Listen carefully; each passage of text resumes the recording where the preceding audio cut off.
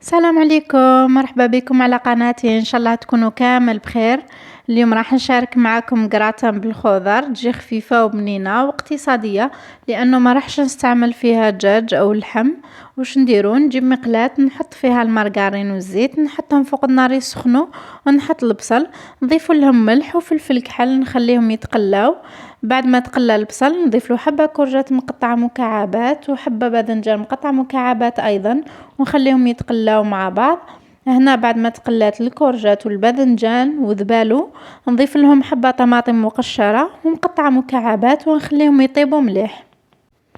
من جهة واحدة اخرى نجيب ريسيبيون نحط فيه نص لتر تاع حليب، نزيد له 100 غرام فارينة، فلفل كحل، ملح وزوج حبات بيض، ونحرك مليح.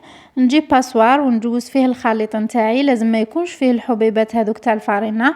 بعد ما صفيت الخليط نضيف له فرماج غابي، ونضيف له الكورجات والباذنجان اللي كنت طيبتهم مع بعض، ونخلط. ونزيد لهم ايضا كمية من هذا الفرماج، انا قطعته مكعبات صغيرة بهذا الشكل، ونضيف ايضا معدنوس مقطع، ونخلط جميع المكونات مع بعض.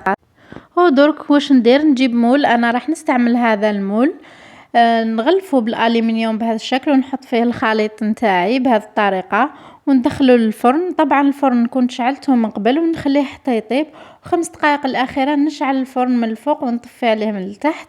هنا بعد ما خرجت الكراتا قلبته في صحن، وحطيت على وجه الكراتا من الفوق فرماج غابي، وذوبته بالشاليمو باسكو حطيته في ناسيات ما نقدرش نعاود ندخله للفور، وزينته بالمعدنوس مقطع والقارص.